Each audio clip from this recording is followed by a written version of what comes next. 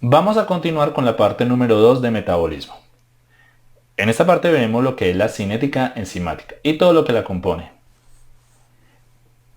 En esta clase veremos qué es la cinética enzimática, qué es la constante de Michaelis-Menten y por qué es importante en una velocidad de reacción, y los factores que influyen en las reacciones de las enzimas. Comencemos.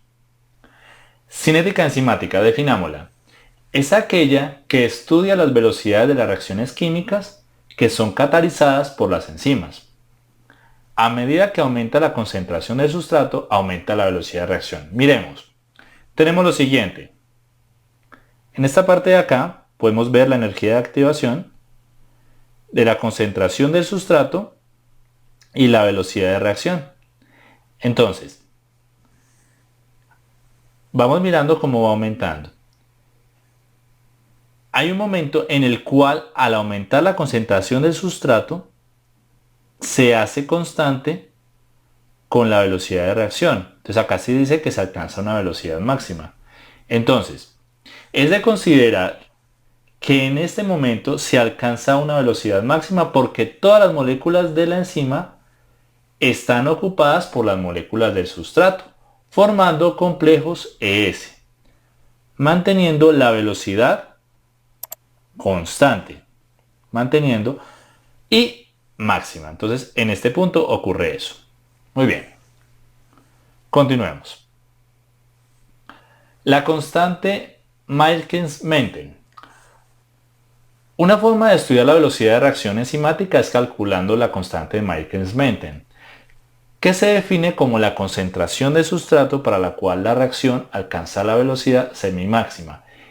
Michaelis-Menten planteó una constante para mirar el comportamiento de la velocidad de reacción de las enzimas. Entonces, él dice lo siguiente, que la velocidad máxima por una cantidad de sustrato sobre una constante, la llamada constante Michaelis-Menten, más la concentración de sustrato, me predice el comportamiento de esta velocidad de reacción con respecto a la concentración del sustrato. Entonces, esto fue lo que planteó él. Entonces, vamos a mirarlo con más detenimiento. Vamos a mirar varios casos que analiza la constante de Michaelis-Menten. Miremos.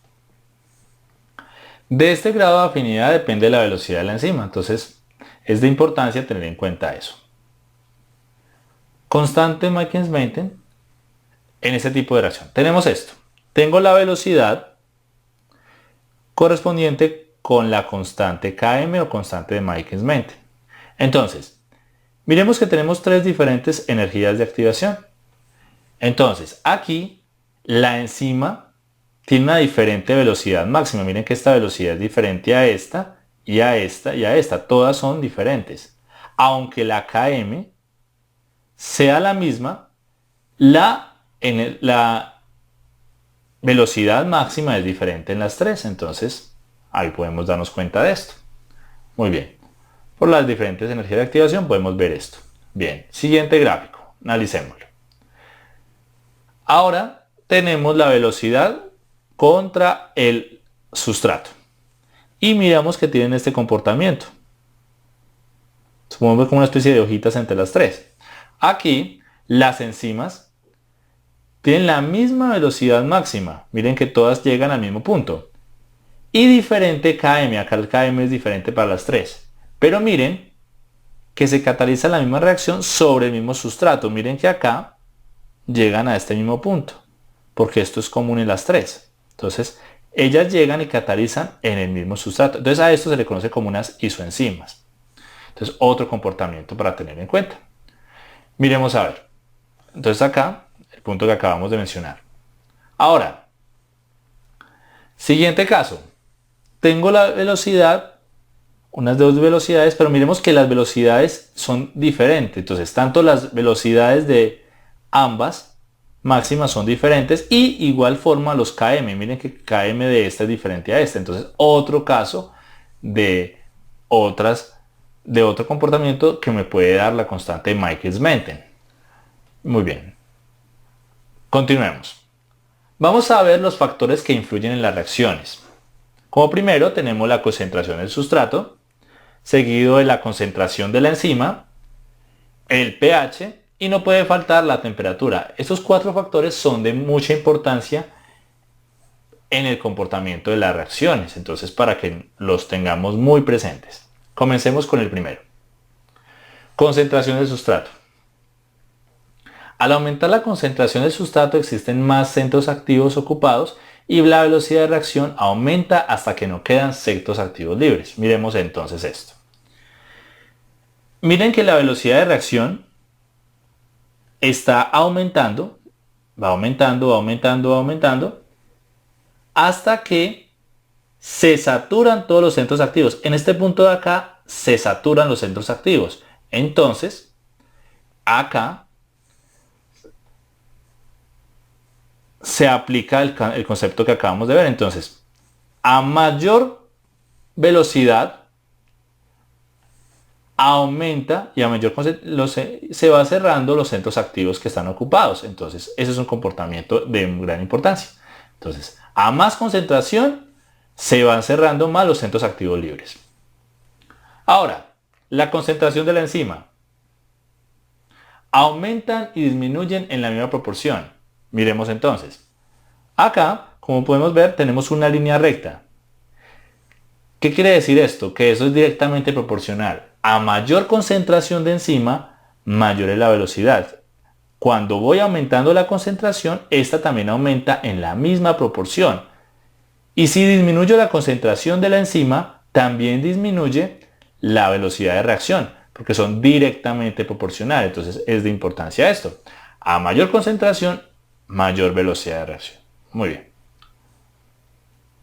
Ahora, pH. Cada enzima tiene un pH óptimo de actuación. Miremos entonces. Tenemos esto. Tenemos este comportamiento del pH. En este punto de acá se encuentra el pH óptimo, que es donde está este máximo de esta curva. Entonces acá hay un pH óptimo.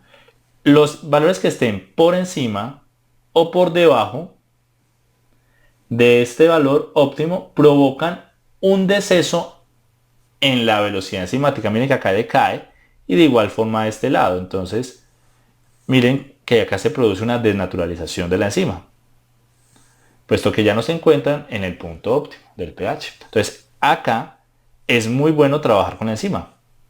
Bien, sigamos entonces. Revisemos un ejemplo con el estómago. El estómago maneja la pepsina, que es un tipo de enzima. Entonces miremos acá. Acá, en esta curva de acá, podemos ver el máximo, que en este caso, el pH equivale a 2, que se encuentra por debajo del ejemplo del caso pasado. Es decir, que como es un pH tan bajo, es ácido. No olvidemos que a pH mayores a 7 ya esto es básico. Entonces, y tiene sentido puesto que el estómago maneja ácido gástrico. Entonces, en esta parte de acá se cumple bien el pH. Ahora, la temperatura. Existe una temperatura óptima a la que la actividad enzimática es máxima. Entonces lo mismo, ocurre lo mismo. Es similar a lo que teníamos con el pH. Miren que acá también hay una temperatura óptima, que también se da en ese extremo, en esta parte del extremo de la curva donde empieza a cambiar. Entonces, las temperaturas inferiores a este valor originan una disminución de la vibración molecular, lo que hace más lento el proceso, mientras que las temperaturas superiores provocan una desnaturalización de la enzima, como lo que podemos ver acá. Entonces es importante la temperatura para darle como esas condiciones, como ese ecosistema a la enzima para que pueda trabajar bien y no se empiece a perder sus propiedades. Bien. De esta forma podemos terminar la parte número 2, pero antes de eso vamos a dejar unos pequeños conceptos del glosario para que reafirmemos el tema. Entonces, tenemos el catalizador, que es aquel que acelera o retarda una reacción química sin participar en ella. Tenemos la cinética, que estudia la trayectoria de un cuerpo en movimiento en función del tiempo. La isoenzima, que son enzimas que difieren en la secuencia de aminoácidos, pero que catalizan de la misma reacción química, que eso lo vimos ahorita. En la enzima, pepsina, perdón, es una enzima que segrega algunas glándulas del estómago e interviene en la digestión de proteínas. Entonces es una enzima de mucha importancia. Ahora, el pH, el coeficiente que indica el grado de acidez o basicidad de una solución acuosa. Denaturalización, ocurre cuando las enzimas pierden su actividad catalítica porque los sustratos no pueden unirse más al centro catalítico. Y por último, la velocidad de reacción, que es la cantidad de producto en unidad de tiempo. Con esto podemos dar por concluido la parte número 2, que correspondía a cinética enzimática. Si les gustó mi video, por favor, les invito a que me den un me gusta. Y si es la primera vez que ven uno de mis videos, los invito para que se suscriban y sigan aprendiendo mucho más en mi canal. De igual forma, les dejo dos enlaces para que se ingresen a ellos, Facebook e Instagram, que allí pueden seguir viendo y seguir creciendo mucho más en toda la parte de lo que es la matemática, ciencias, biología y todas las ciencias afines a la matemática. Espero que haya sido claro para ustedes. Muchas gracias y esperen pronto un nuevo video.